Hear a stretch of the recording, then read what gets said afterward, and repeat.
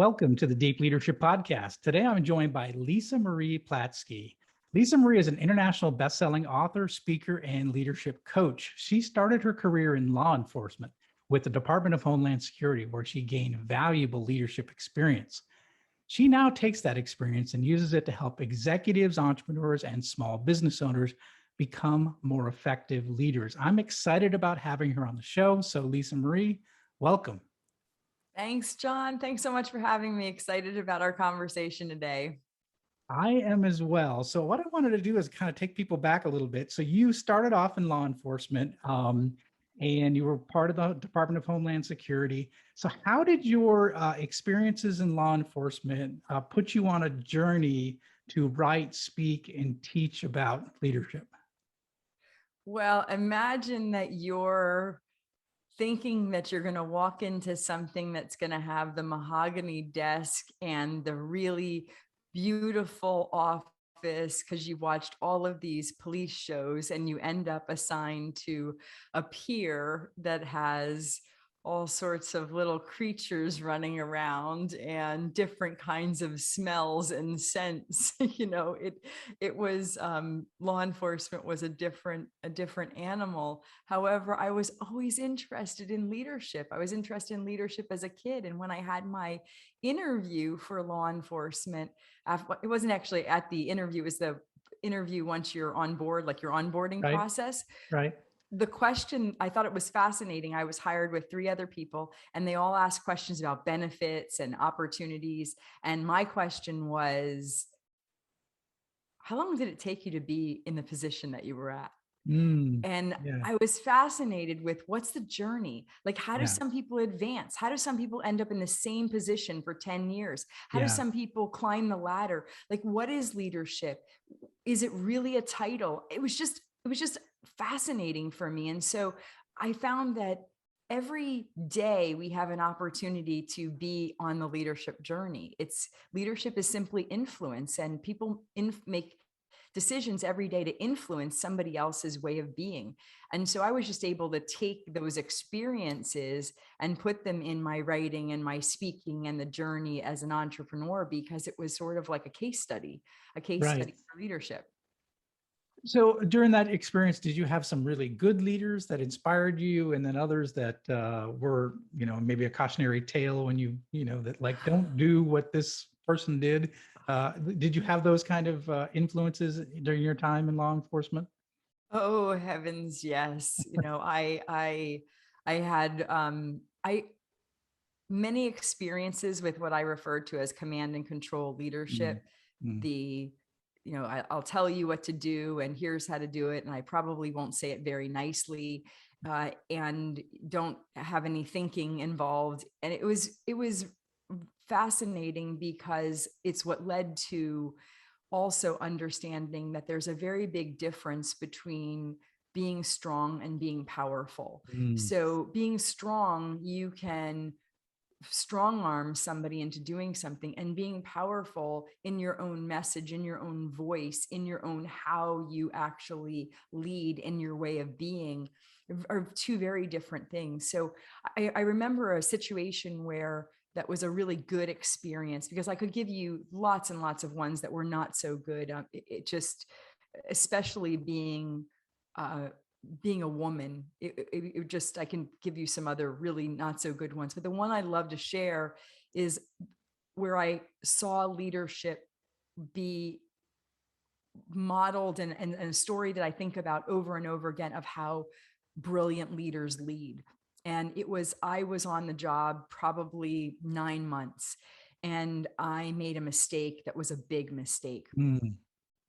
And it was one of those, oh my gosh, I'm in my probationary year. Yeah. How is this going to fare?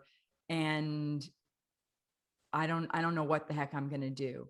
And I went in to my supervisor and I told him what happened. And great guy, Tony Maresca, just remember him, such a good guy, uh, just brilliant leader. And he said to me, here's what I want you to do. I want you to go in, and I want you to go back to what was going on. Tell the person handle it this way. And he kind of laid it out. And ultimately what he was asking me to do was to go back and backtrack my steps and to look at making the situation right. And I've Mm, learned such a big piece of leadership is it's not so much about forgiveness, but it's about restitution and making things right. mm, And then he had a conversation with me and he said, Lisa, there's no way you're going to get everything right on this job. It's just not going to happen. It's whether or not you're willing to do that and make something right. But what was so amazing to me is that how the manner in which he did it, his explanation of it, how it's not so much that it wasn't a big deal. Because for me, it was like, oh my gosh, this could cost me mm. my job. But for him, it was like people make mistakes and we're human. And Right. so Right. his way of being able to deal with that, looking back, was it the biggest thing in the world? Maybe, maybe not. Um, and I'll share what it was. I was in a drug interdiction team, and instead of faxing over to the steamship company the copy that had no information in it, I faxed over the copy that had all of the enforcement information on it. Oh, wow.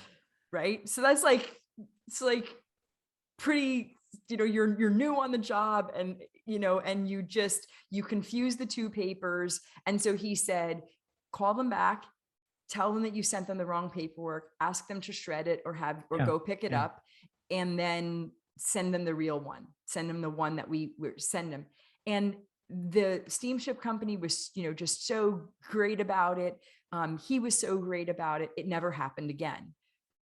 Had that been something where I was dressed down, um, I believe that my experiences in that operation would have been very different over the course of the next several months and years, if that makes sense. And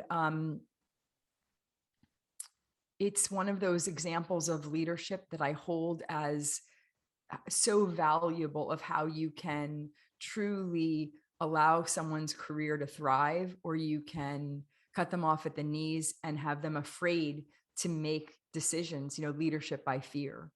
Yeah, oh no, I agree 100%. I think that's a great story. I know I always talk about, one of the things we could do as leaders is have our employees back. So when someone makes an honest mistake, especially when they're new in their role, right? Do we have their back, or do we throw them under the bus, right? And I think great leaders have their employees' backs, and they support them, and they'll back them up when honest mistakes happen, and versus, like you say, chewing them out and making them feel tiny, and really, in a lot of cases, ending and stalling their career because they made an honest mistake. So Yep. I think having an employee's back is a really important part of leading people. And I think that you just said something so important, stalling their career. And Mhm. so, what's the damage that you can potentially do when this person might have great ideas? They may Right. have amazing new paradigms how they see things may be different and could really support an agency, an organization, and make it better. And yet, are they going to be willing to take those risks and to open their mouth and to do things differently, or are they really going to end up walking on eggshells? And so Yeah. you're a first line supervisor has the ability to ultimately make or break. When we look at leadership lines, a lot of times people will speak about those people in the C-suite, and we don't Yeah. we forget about what the impact is on a first line supervisor. Yeah. First line supervisors are so important. They are the company to most employees. They represent the Yes, company to most that's employees, it. not the CEO. It's too far away. It's too disconnected. So yeah. Absolutely. So, as you teach, as you talk, as you share leadership stories around the country, meeting with different companies and entrepreneurs and leaders, what are some of the biggest challenges leaders are facing today? I, this is such an interesting question because I look at it as an equation that you've got to work backwards Okay. with. And so, what people will say that they struggle with is not having enough time to do Mm, yeah. whatever they say that they've got to do. And I look at that as that's really a clarity and a vision issue. Yes. And so, you may say it's time, but it's if you're really clear about what the expectation is and you're really clear about where you're going, which means that the vision is really clear, then you don't have a shortage of time. You simply say no, perhaps to more things, because this is where you're going.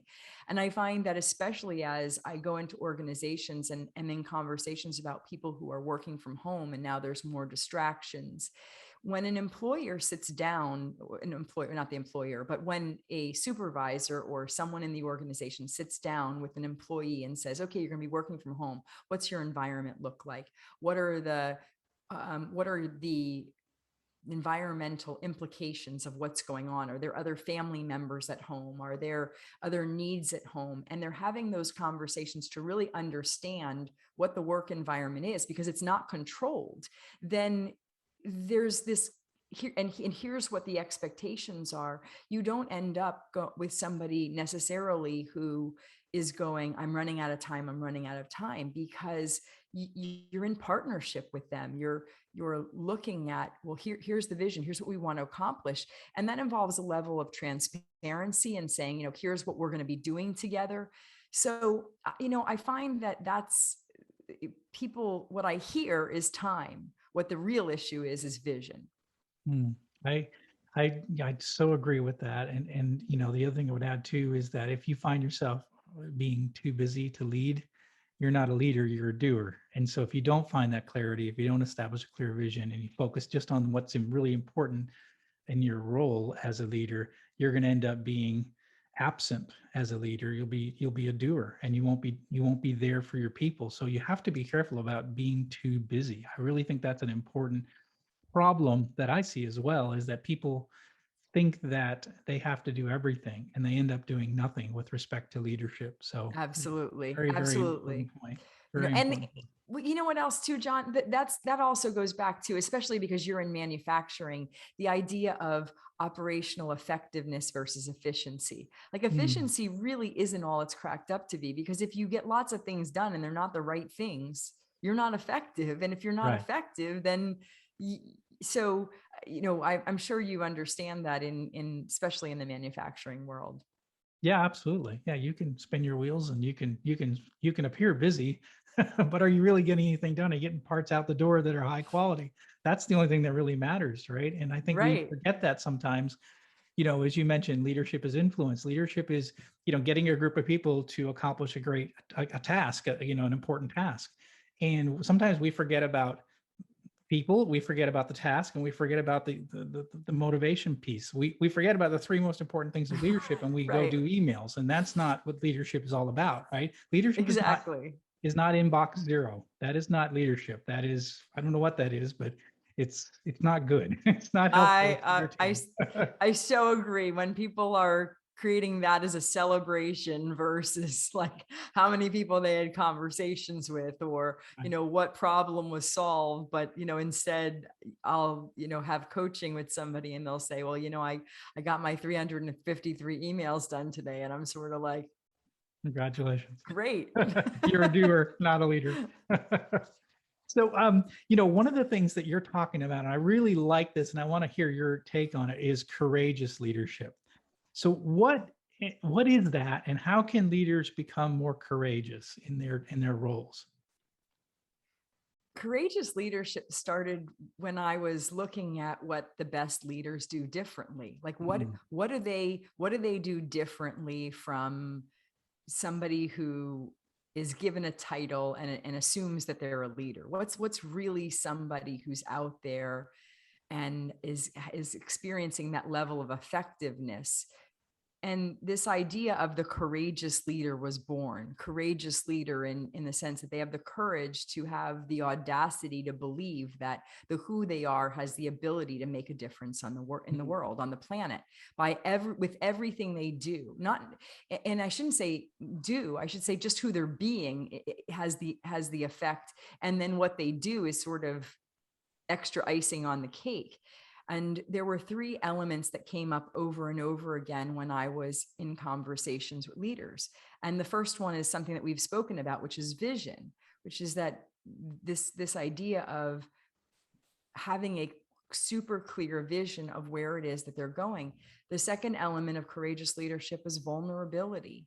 Being vulnerable, the courage to be vulnerable, And then the third one is the courage to use your voice, to take a stand for something, because there are many people who believe that leadership is about walking the line, this sort of line of balancing between not making anybody unhappy. Well, that's not leadership at all. Like, people No. are sometimes going to be unhappy. There's people that I work with that are sometimes unhappy with the decisions that I make. There's times when I go in, I'm working with coaching clients and they're unhappy because I'm challenging them and pushing them because I see something that is really them hiding out or doing something that's negatively impacting themselves or their organization. And so leadership is not about walking the line to make sure that everybody is happy. Leadership is courageous, and it means taking a stand for something. Now, people get behind where your heart lies more than your knowledge any day. Like, they can tell when somebody's really doing this for the best interest of all. So, those three elements came up in conversations, in research, they would just come up over and over again. I think I think it's really important what you talk about. I think, especially when you say vision, I think often that gets muddied, right? So people come into our organization and they just, we assume they know what to do and what the roles, or what the goal of the company is, or the goal of the department is, or the goal of the organization is. We think through osmosis they're going to get it. And I always think that if you can boil your vision or your objective or what you want people to do down to 4 words that you can repeat on a regular basis, then people remember those things, and they remember that. I give you an example. My wife was a teacher when I was in the military. She was teaching at a local public school, and she had a really great leader as a principal. And they had a goal of trying to maximize the amount of teaching time for each student. And he would say in every meeting, he'd say, whatever you're doing, if you're doing paperwork and there's students in the classroom, I want you to remember these words: stand up and teach, stand up and teach. And he just reminded them constantly. And so now we're, 25, 30 years later, she's still teaching, and those words resonate in her mind. If she finds herself sitting down, she'll stand up, because those words from decades ago are still in her head, like stand up and teach. That's my mission. That's my vision. That's what I have to do. And what I find in a lot of companies is that the vision and mission statements are like in some dusty binder in the lobby, and no one knows what they are, because they're created by a committee, and it's a bunch of words that don't mean anything. So what are the 4 words that mean that establish your vision? What do you want people to do when there's conflict? Which direction do you want them to steer? And I think boiling it down to a clear vision that you can consistently communicate on a regular basis, super helpful. It's super helpful for you. It's super helpful for your people, because they know, oh, okay, this is where we're headed and this makes sense. So I really like that you started with the idea of clarity of vision. I think that's really important. Well, and what I appreciate is that you really get that clarity part. So one of the things that I'll say in courageous leadership is that vision, vulnerability, and voice each have a hidden key to unlock it. And the Yes. hidden key to vision is clarity. The Yeah. hidden key to vulnerability and voice are something different, but they each have a key that unlocks how you do that. So the clarity piece that you speak about is so important. And you're right about those 4 words. I say it all the time to my team. We are on a mission to transform lives through leadership. We're on a mission to transform lives through leadership. Like, that's who we are. And so we're working with people to be the best version of who they are, so they can lead and make a difference in the world. And so when you say that, and when you've got the values to back it up, ours are excellence, accountability, and responsibility. I'm looking at that every single client. If I can't see that in a potential client, I can't work with them. I can't coach with them. And I can't hire them either to work on my team, because there's so much the thread of the work that I do. And you're right, when it's something that some group of people in some boardroom created, and it's put in a really lovely laminated something or other and hung someplace, who knows where, it's like, it's almost like somebody went to the store and got told, you're supposed to read this book, and they read it, and it's like, you have to have one of these, but But like anything else, if there's not the clarity that every single person in the organization has to be able to understand what the vision is and where we're all going, well, then you never get there. You don't have a destination. Right, right. Yeah, no, I think it's so important. I really do. Um, and it seems so simple to do, but it's something that's missed. We again, I think we think that our people are going to get it through osmosis, that they'll understand what the priorities are. And I think you have to communicate that. You have to, have to repeat that. It has to be part of what's your normal communication standards. Is your vision has to be communicated on a regular basis. So I like that. Vulnerability. Now, this is a great topic because we covered it with a guest a couple of weeks ago. So talk about vulnerability. That's a really interesting topic. So when some people hear the word vulnerable, they think weak, but it's not weakness, is it? No, vulnerability is a high level leadership skill because vulnerability is a way of being. Like it's how you're, it's not a marketing tactic. It's not a like, I'll tell you, I'll bare my soul and I'll tell Right. you all. It's not dumping on somebody. It's actually how you model your vision. Like that's what vulnerability is. It allows you to model your vision. So if you want transparency in your organization, so that your organization is more innovative and you get better ideas, you model that. You actually are that. You show that.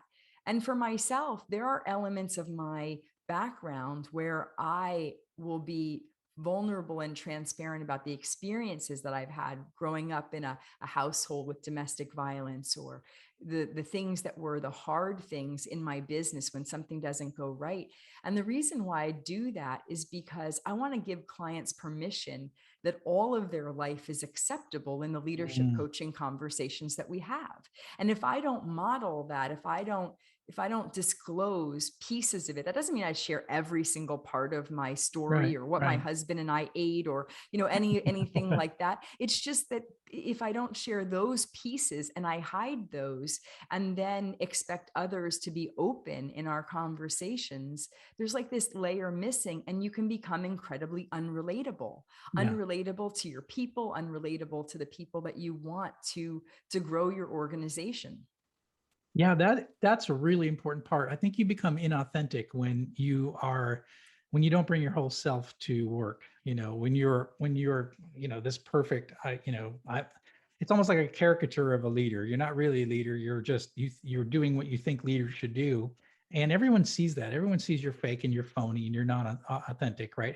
And the other thing is when you're inauthentic, people are like, I don't know if I trust that person, right? They never open up. Yes. So I don't know who they are, right? And they're like a robot at work, or they're very, nothing bothers them. They're just, and I think you got to, I like what you said, bring your whole self to work, bring your whole self to your job. And it's not that you share everything, right? But you share, I always share how I'm feeling about something. Like, man, I can't believe that product got out without us, torquing those bolts. I'm embarrassed by that. Telling your team, I'm personally embarrassed by that and I'm frustrated, and we have to figure out how to do better. This is unacceptable. And I'm bringing my true emotions about and I'm not hiding it, and I'm not.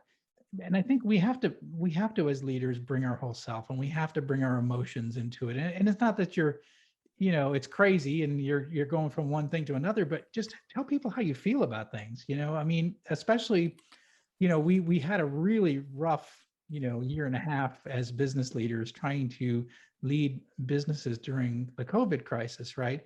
And I spoke a lot to different organizations during that time, and it was always about be authentic about how you feel about the situation. And guess what? You don't have all the answers because no one has the answers. So you have to say, I don't know sometimes.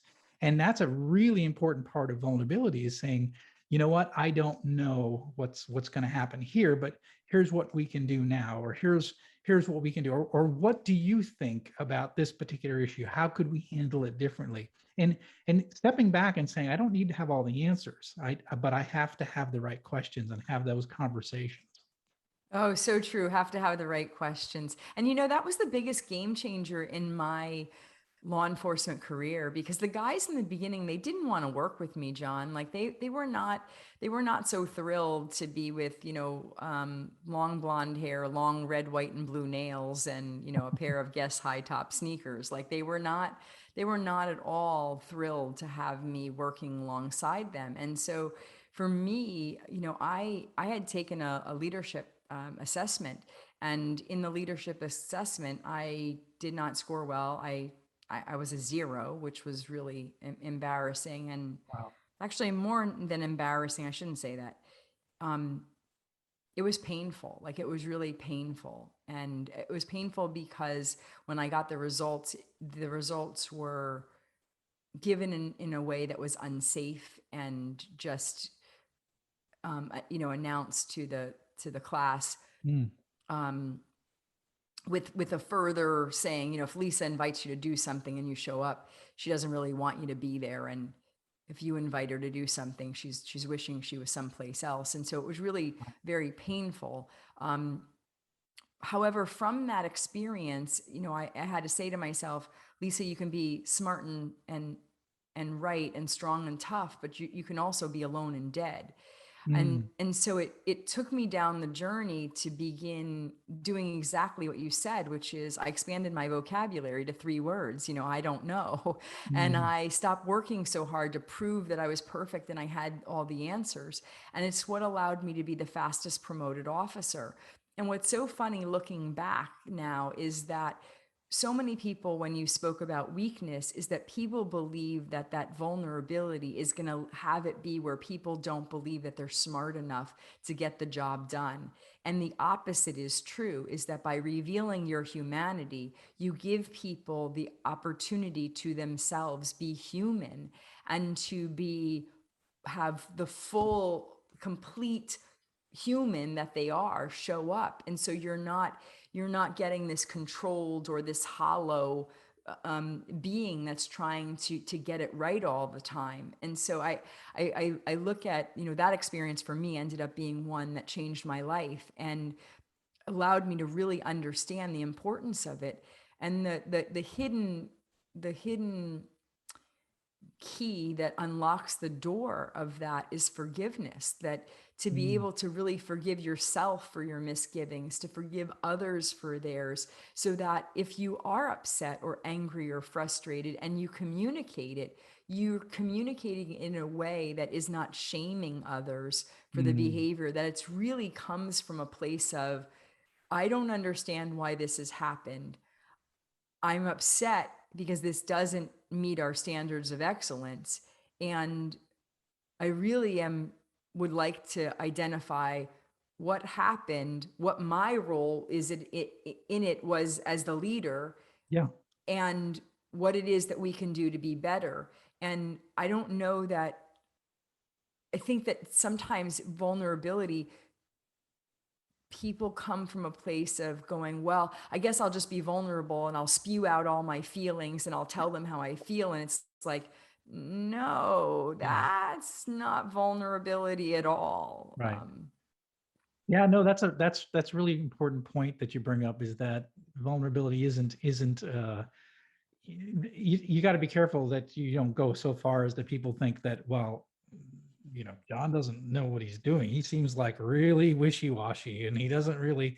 No, it's about being authentic with your emotions. But at the end of the day, like I was saying earlier, like one of the things I learned as a young leader, I got my first plant that I ran at 32 years old, and I had people that worked for me that had been there for 32 years. So how do you lead people that are older and wiser and have more experience? And I thought at that time I had to have all the answers. So I thought, I got to pretend like I know what's Yep. going on. And and Been and there. I get and it. but when you pretend, everyone sees it. And so Yep. I learned through that first plant that I learned vulnerability because I was vulnerable. I didn't really know what I was doing. I probably shouldn't have been promoted that soon, but I learned to start letting go and starting asking questions and seek out the people that did know the answers and listen to them and listen to their feedback. But the other thing I learned, though, was really important is when all the feedback came in and I heard everything that everybody was saying, the one most important thing that I had to do as a leader is put the rudder in the water and steer in the direction that made the sense to me as a leader. And what ends up happening sometimes is that people hear all this input, or leaders hear all this input, and they don't make a decision. Yep, And absolutely. and you have a rudderless ship that is wandering around the ocean aimlessly. And I think so being vulnerable doesn't mean that you're weak. It means that you're willing to open up and listen to different ideas. But at the end of the day, you're going to put the rudder in the water and you're going to steer the ship in the direction that makes the best sense for the business and the people. Absolutely. I couldn't agree more. That is it, is that it's not about it's not about just going, well, now we're all gonna get together and talk about, what we feel, Right. and we're all Right. gonna be like, nah, that's not it. You're missing the boat on that one. Yeah, exactly. Exactly. So that's really interesting. So it's interesting you come from law enforcement background and you gained all this stuff that you brought into the leadership world. I came from the military world and brought all this stuff into, the business world. It's kind of interesting but there's very similar lessons that you learned in law enforcement that I learned in the military that I was able to kind of bring into the world of business. It's very interesting. They came from two different worlds, but kind of came to the same general conclusions. Well, leadership is leadership is leadership, right? Yeah. When you see a good leader and you can see them and you see those characteristics, even if you're not sure what it is, if you take the time and dissect it, it's the same themes over and over and over again about what great leaders, the world's best leaders, do differently. They possess the same qualities. That's, to me, that's that courageous leadership. Having the courage to lead, that's exactly what it takes, because some people think that they're leading because they have a title, and they've led no one to anything. And as somebody who had a similar journey as you, I was the fastest promoted officer, and I would go, oh my gosh, I don't know the answer to that. And I would go in the corner and I would call like one of my colleagues and go, how do I do this? And then finally I was like, forget this. Like, I'm just going to say, I don't know how to do this. And I got to call someone, or, I've got to, because there were guys that I was promoted that they had 37 years on the job and I had 4, Yeah. and so you're going, they have more experience. What I from leadership research and the top 4 qualities of leadership, in Kosis and Posner's work, number 4 is competence. And what I learned was competence had nothing to do with the number of years I had on the job. Competence had to do with all of the levels of experience that I had, in my life up to that point, that contributed to my leadership, as long as I would get out of my own way and was willing to be vulnerable. Yeah, I like that a lot. That's great. Really good stuff. Well, you've got something interesting coming up. You've got a conference. I want to let you give you a chance to talk about that. So, what is this conference, and what's up with that? Well, I Design Your Destiny Live, my Upside Summit, is my 14-year running leadership Wow. conference. Yes, it is a wow. It really is. And we didn't, even last year, people said, are you going to do it this year in January? And I said, yes. And it was Wow. very small because of everything going on in the world. However, we have had it live and for 14 years in a row, and it's in Scottsdale, Arizona, 3 Oh, wow. days. And I dive into my 7 pillars of leadership. And ultimately, people come who are serious about wanting to increase their leadership IQ, be a more influential leader, and make a bigger impact in the world. And what's great about that is how you define your world. Your world could be your family, your world could be your community, it could Mm, be the planet. It really is dependent on you to define what that looks like. But these 7 pillars of leadership allow people to spend time walking through their plan for the year. It allows them, gives them time to really dive into who they are and what they really want and what their priorities are and how to map those out and what to say and who to say it to. And it's really a lot of fun. We dive in deep, and lots of honest conversations. that sounds great. When is that? When does it occur? It's January 21st, 22nd, 23rd. And Okay. then we do it again the following Thursday, Friday, and Saturday. So we do it 2 weeks in Okay. a row. So where can people find out more about that? They can find out more at designyourdestinylive.com.